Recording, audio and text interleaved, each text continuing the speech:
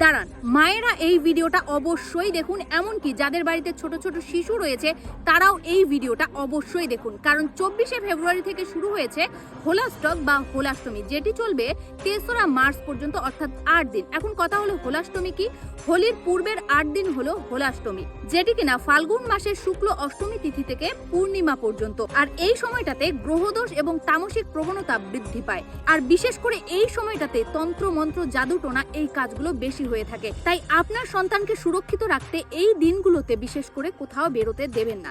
যদি কোথাও যায় তবে সঙ্গে আপনিও অবশ্যই যাবেন এবং সাথে 1 কোয়া রসুন রেখে দেবেন। আর এ সময় যদি আপনার সন্তানকে কেউ মিষ্টি জাতীয় খাবার খেতে দেয় তাহলে অবশ্যই বাচ্চাকে বুঝিয়ে বলবেন এই সময়ে যেন কারো হাত থেকে মিষ্টি খাবার না নেয় এবং না খায়। আর অবশ্যই একটা বিষয় খেয়াল রাখবেন যে চৌরাস্তার মোড়ে যদি আপনি তন্ত্র মন্ত্র করার মতো কোনো কিছু দেখতে পান তাহলে অবশ্যই আপনার পথ বদলান।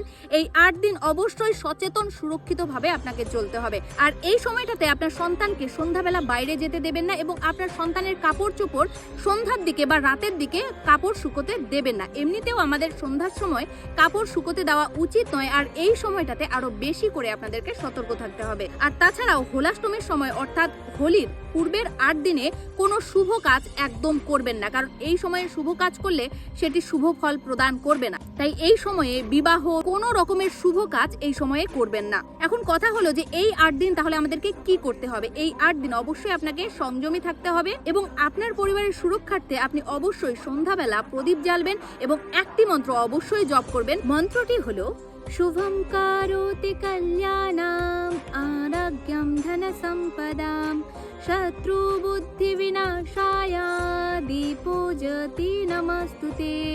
এই মন্ত্রটা মনে মনে জপ করবেন, এতে আপনার বাড়িতে অশুভ শক্তি প্রবেশ করতে পারবে না।